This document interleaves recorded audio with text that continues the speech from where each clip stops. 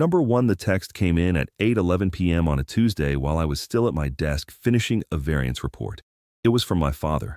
If you're going to keep making everything difficult, don't come by the office again. Your mother agrees. We need peace, not your control issues. I read it once, then again. Then I set my phone face down beside a stack of incident response binders and said, out loud to an empty compliance office, understood. I was not shocked. That part matters. When people have been using your steadiness for years, they usually call you controlling the first time you stop being convenient. My name is Elena Sutter. I was 35 years old then. I worked in medical administration and regulatory compliance for a network of outpatient clinics in Charlotte, North Carolina. In plain language, I kept people from losing licenses, reimbursements, inspection deadlines, and money. I tracked credentialing, wrote corrective action responses, maintained audit files, documented policy changes, and made sure every signature matched the version of the truth being submitted to regulators. My family liked to joke that I was the one who could turn oxygen into spreadsheets. If this kind of story already sounds familiar, subscribe now because you already know how these things go. The person they mock in the room is usually the same person quietly holding the ceiling up. And tell me in the comments what your local time is, because I still remember mine that night. It was 8:11 p.m. when my father finally put in writing what he had been saying indirectly for years. By 8:19 p.m., I had opened a clean document and started a list called Family Connected Access Points. By 8:27 p.m., there were 23 items on it. That list told me more about my family than the text did. My parents owned a small but respectable assisted living company called Sutter Residential Care. 2 homes, then 3, in the greater Charlotte area. My father, Daniel, liked to call himself an operator. My mother, Colleen, called herself the face of the business. My younger brother, Reed, was the growth engine, which was family language for the one who made expensive promises before anyone checked whether those promises were legal, insurable, documented, or financially sound. Publicly, I was the boring daughter. Privately, I was the person who fixed everything that could trigger a fine. I did not work for their company on paper. That was one of the first things people outside the family misunderstood. My salary job was with Lakewell Physician Group. I made $96,400 a year, plus a modest annual compliance bonus if our internal audits came in clean. My family's company paid me nothing consistently. Sometimes my mother would hand me a gift card. Sometimes my father would send me $600 and call it for your trouble. Once Reed transferred $1,200 with the memo line nerd tax. But my name was on more of their systems than anyone knew. Because years earlier, when they opened their second assisted living home, Reed had called me in tears at 9:42 p.m. saying the state packet had been rejected and the fire inspection was scheduled for Friday. I had driven over, sat at their dining room table until 2:16 a.m., rebuilt the deficiency response, corrected their resident rights policy language, reorganized the medication administration training records, and drafted the formal notice to reschedule the inspection. The approval came through 11 days later. That was how it started. Not with greed, with rescue. At first, it felt harmless. My family said I was the only one who understood this kind of paperwork. My father said, "You have the right mind for details." My mother said, "You know how to make things look professional." Reed said, "You worry more than everybody else, which is annoying, but useful." I told myself I was helping. Then helping became expectation. By the time I was 32, I was the silent fixer for 3 licensed care homes I did not own. I built their compliance calendars. I created resident file checklists. I drafted staff confidentiality acknowledgments. I standardized incident logs after a fall report was filed without witness notation. I kept scanned copies of CPR certifications, tuberculosis screenings, background checks, food service permits, controlled substance count sheets, and vendor liability certificates in color-coded folders on a cloud drive Reed once described in public as Elena's little panic bunker. At Thanksgiving, he said that in front of 19 people while asking me, 2 hours earlier, to review a new admission agreement for a private pay resident bringing in $5,800 a month. That was the pattern.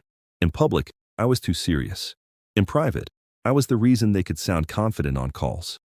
My mother was the worst about it because she cared deeply about image and honestly believed paperwork was beneath her unless it threatened the image.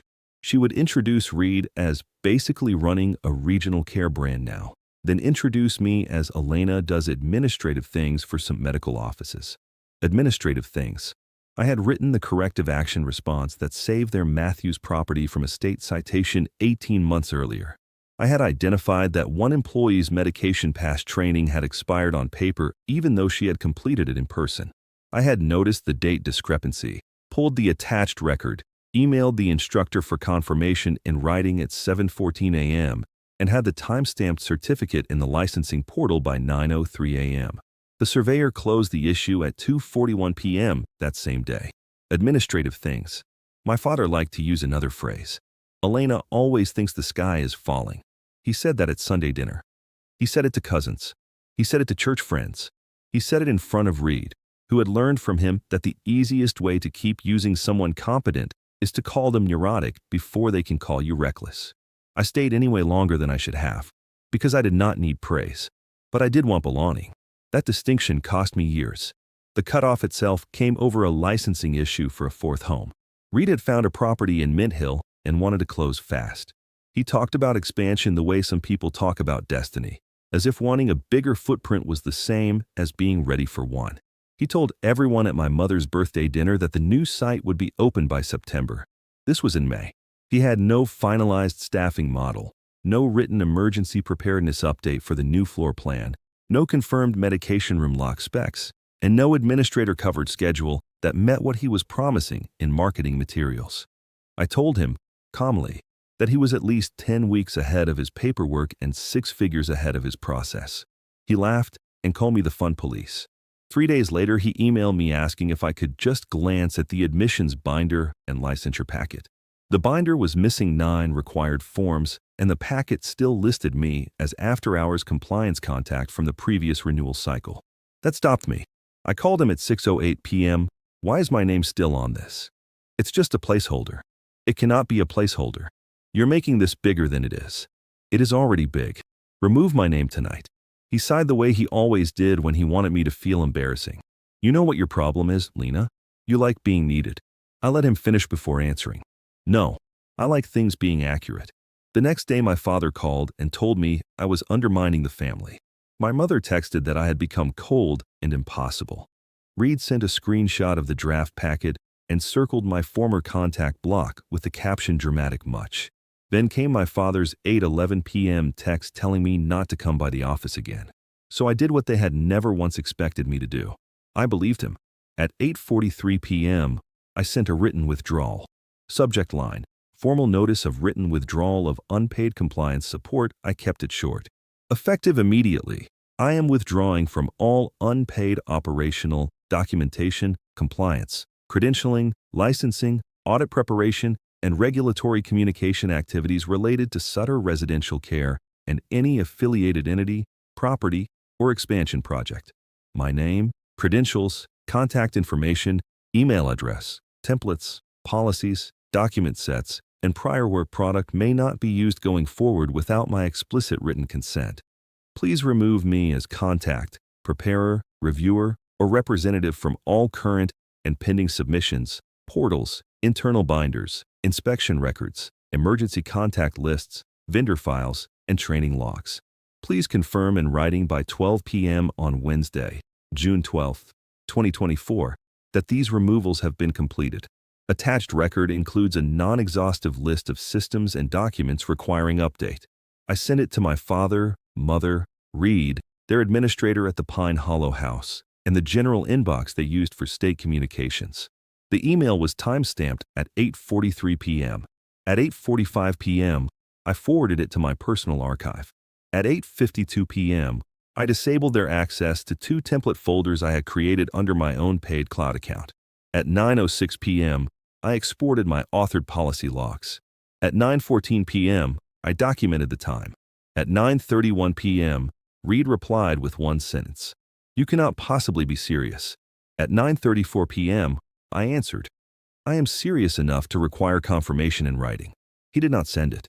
My mentor, Judith Barron, called me the next morning at 7:26 a.m. Judith was 62, sharp as wire, vice president of compliance at my clinic group, and one of the few people who knew how much unpaid work I had been doing for my family, because she was the one who had warned me to stop 2 years earlier.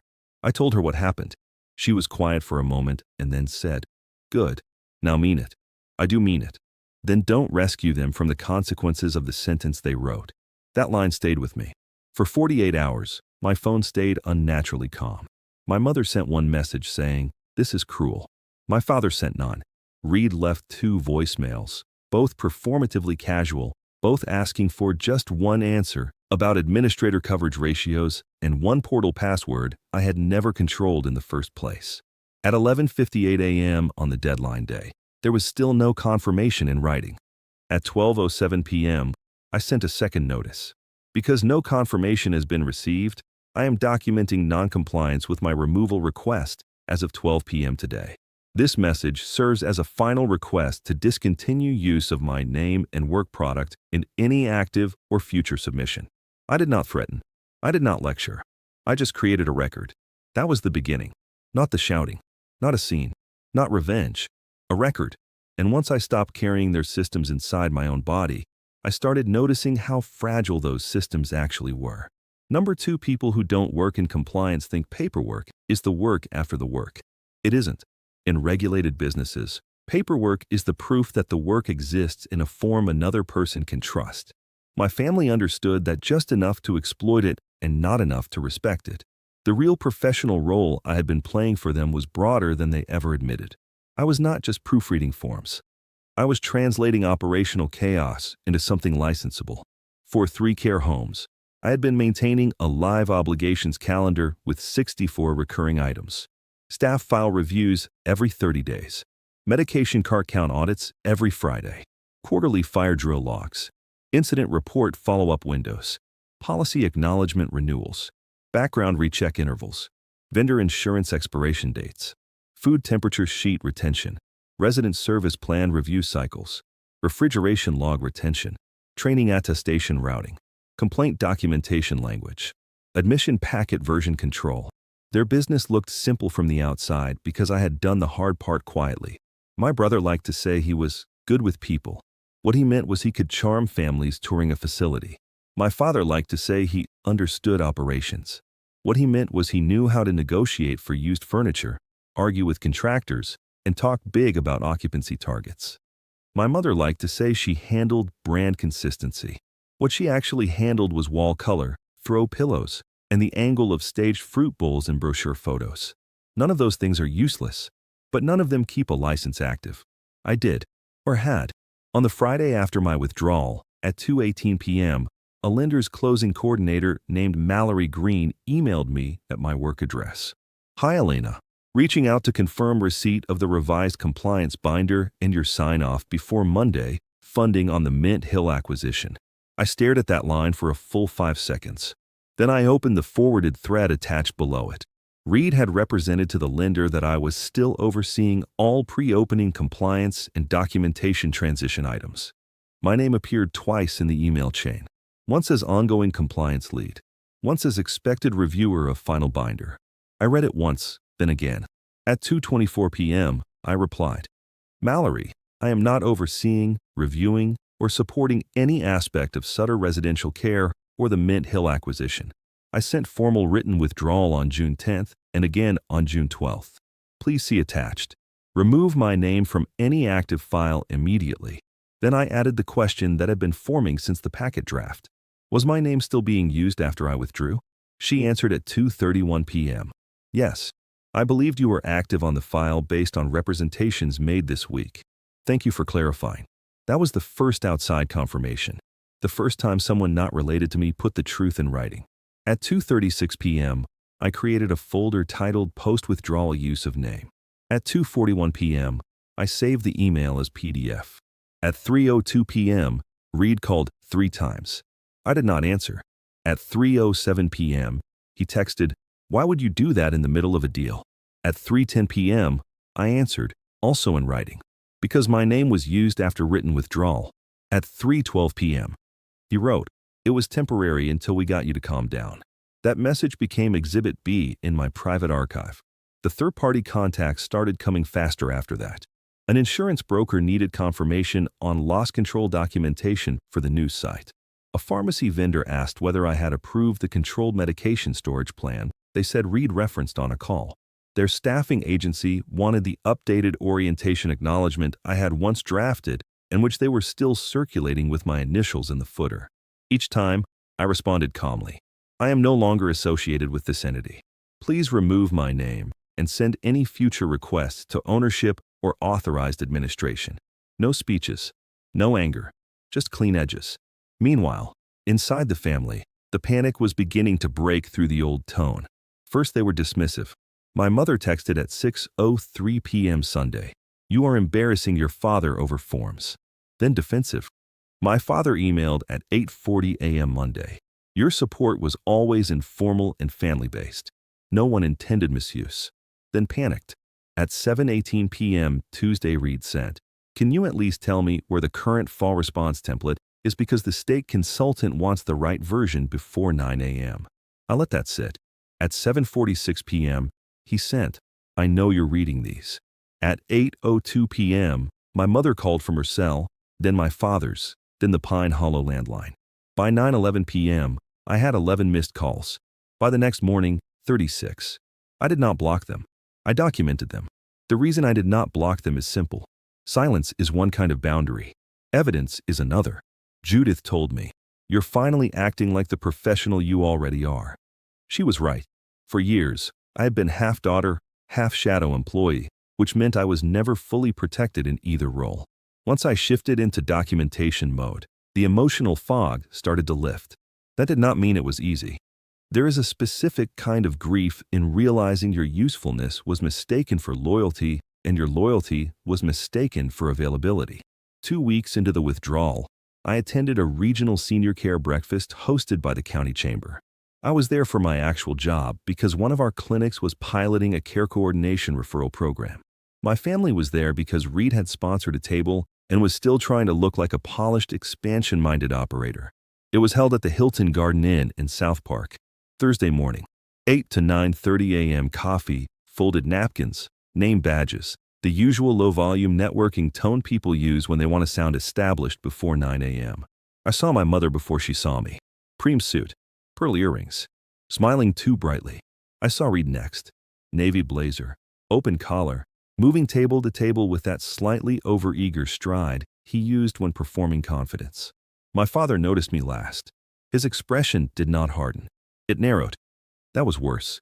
They had a table sign that read Sutter Residential Care, expanding with excellence. I nearly laughed, not because it was funny, because it was so exact a summary of the problem. At 8:22 a.m., during open networking, a consultant I knew slightly came up to me and said, "I didn't realize your family's expansion was moving so fast. Reed said your systems are already in place." That sentence told me everything I needed. They were still performing certainty using my absent labor as implied infrastructure. I walked over to their table because there are moments when staying away protects peace and moments when one precise question protects truth. This was the second kind. My mother put on a public smile. "Elena, what a surprise." "It's not," I said. "My attendance was on the chamber list." Reed stood up too quickly. "We're in the middle of something." "I can see that," my father said, low enough to sound controlled. "Not here." I looked at Reed. "Have you told people my systems are in place?" He gave a small laugh meant for the nearby audience. "Nobody is using your systems, Elena." We moved on. I nodded once. "Then why did a lender, an insurer, and a staffing agency all contact me after my written withdrawal?" His face changed first, then my mother's. That silence told me more than his answer. A woman from another table looked over. Then a man from a pharmacy vendor booth I recognized did the same. I did not raise my voice. "I need a simple answer," I said. "Was my name still being used after I withdrew?" My father stepped in. "You're making a scene." "No," I said. "I'm asking a compliance question in a room full of people who understand what that means." That line landed. Not dramatically, just accurately. Reed said, "There may have been some transitional confusion." There it was. Nearby, the consultant who had spoken to me earlier lowered her coffee cup and stopped pretending not to listen. I asked, "Did you represent that I was still overseeing documentation for Mint Hill?" He said nothing. I asked, Did you keep my name in active files after June 10th? My mother hissed, Elena, enough. I turned to her. It will be enough when the answer is accurate. Reed finally said, we were trying to avoid delays. I nodded again. So yes. No one around us said a word, but you could feel comprehension settle. Not scandal. Comprehension. That mattered more. My father said, we'll discuss this privately. I answered, good. Then I took my coffee and returned to my assigned table. At 10:04 a.m., after the event, Reed texted, family meeting tonight. 6:30. Don't be dramatic. Just come. I responded at 10:06 a.m., send agenda in writing. He did not. My mother called at 10:19 a.m. I let it ring. At 10:43 a.m., my father emailed 3 lines. Be at Pine Hollow at 6:30 p.m. We need to clear up misunderstandings. I answered at 10:49 a.m. I will attend for documentation purposes. I expect all current owners and administrators present. That evening, I printed everything. The original written withdrawal, the follow-up notice, Mallory Green's lender email, the insurance request, the staffing agency request, Reed's text saying they used my name until I calmed down, a version history sheet showing which policies I authored and when, a 1-page list titled Services I Will No Longer Provide. I printed 2 full sets, one for the table, one for myself. I put them in a gray folder and drove to Pine Hollow at 6:07 p.m. I arrived early on purpose. When you know a meeting is going to be emotionally manipulative, it helps to arrive before the emotional weather does. Number 3, the private meeting started at 6:34 p.m. We sat in the small conference room off the back corridor at Pine Hollow, the nicest of the 3 homes, and the one my mother used for tours because the natural light made everything look more stable than it was. My father sat at the head of the table, my mother to his right, Reed across from me. Beside administrator, Monica, sat at the far end with a legal pad and the expression of someone who had been dragged into a family problem wearing a professional name tag. I placed the gray folder on the table before anyone spoke. My father began in the tone he used when he wanted authority to substitute for facts. This has gone far enough. I said, then let's be precise. I opened the folder and slid the first document toward the center. My written withdrawal, timestamped June 10th, 8:43 p.m. Then the second, June 12th, 12:07 p.m. Then Mallory Green's email. Then Reed's text. Then the list of outside contacts after withdrawal. No flourish, just paper. My mother looked at the stack as if it were rude. Reed did not touch it at first.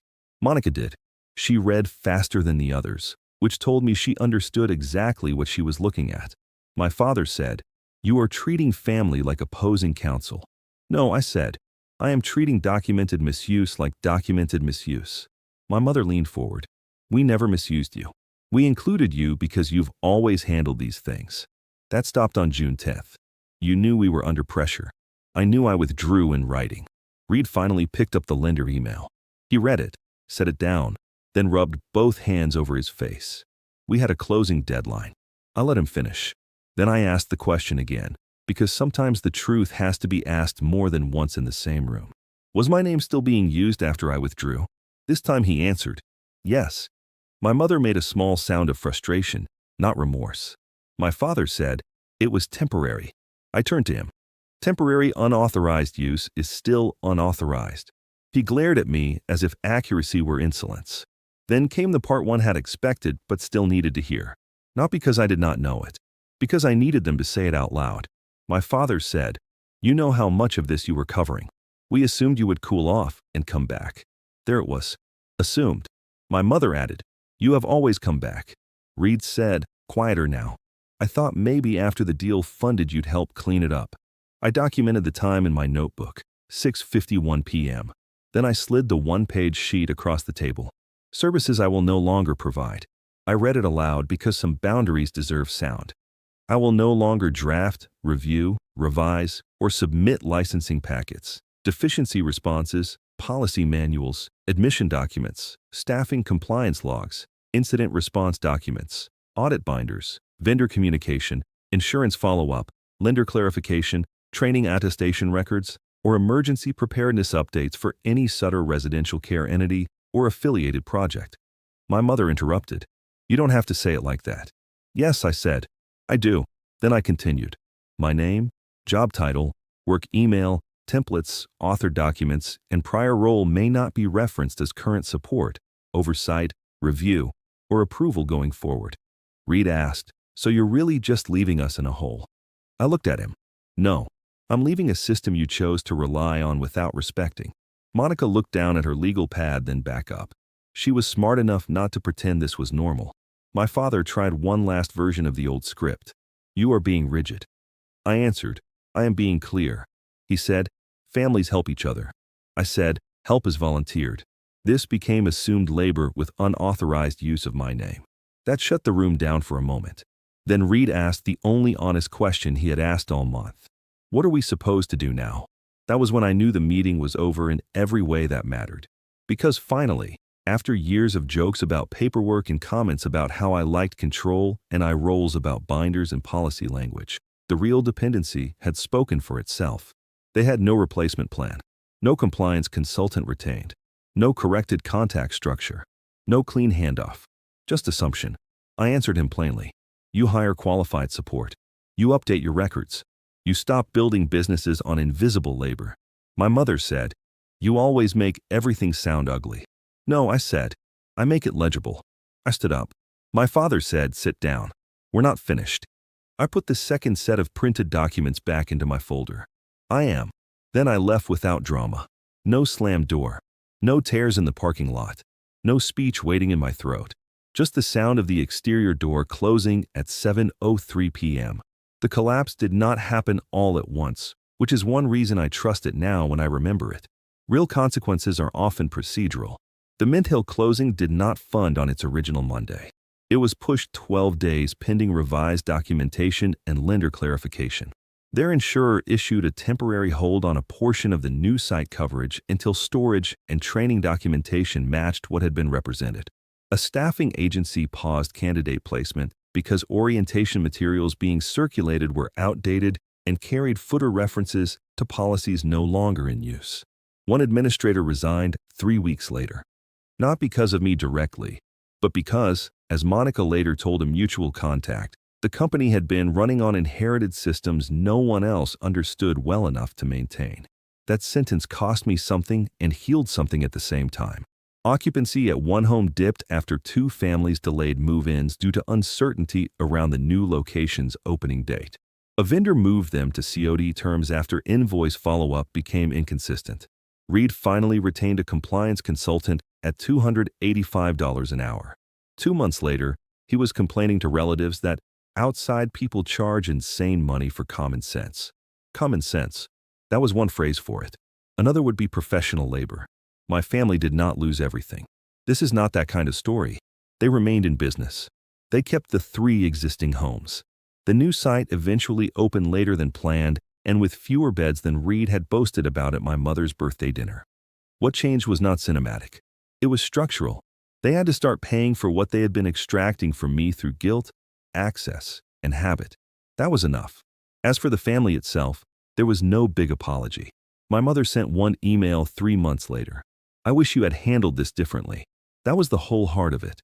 Not "I'm sorry." Not "we were wrong." Just disappointment that my boundary had not been prettier for them. I did not reply. My father stayed silent. Reed sent 2 messages that first fall. One about a payroll vendor recommendation. One asking if I knew anyone affordable who could rebuild a policy set from scratch. I answered neither. The part of the story that matters most to me now is not the meeting. It is what happened after I finally had the space they had been taking up. In October, I used money I had been quietly saving for years and bought a townhouse in Belmont. 2 bedrooms, brick front, small office with east-facing windows. Monthly payment of $2,140 including taxes and insurance. It was not flashy. It was mine. I signed the closing documents at 11:12 a.m. on October 18, 2024. When the title officer slid the keys across the table, I did not think about revenge. I thought about steadiness, about how much of my adult life had gone into maintaining structures I did not own, about how light it felt to finally sign for one I did.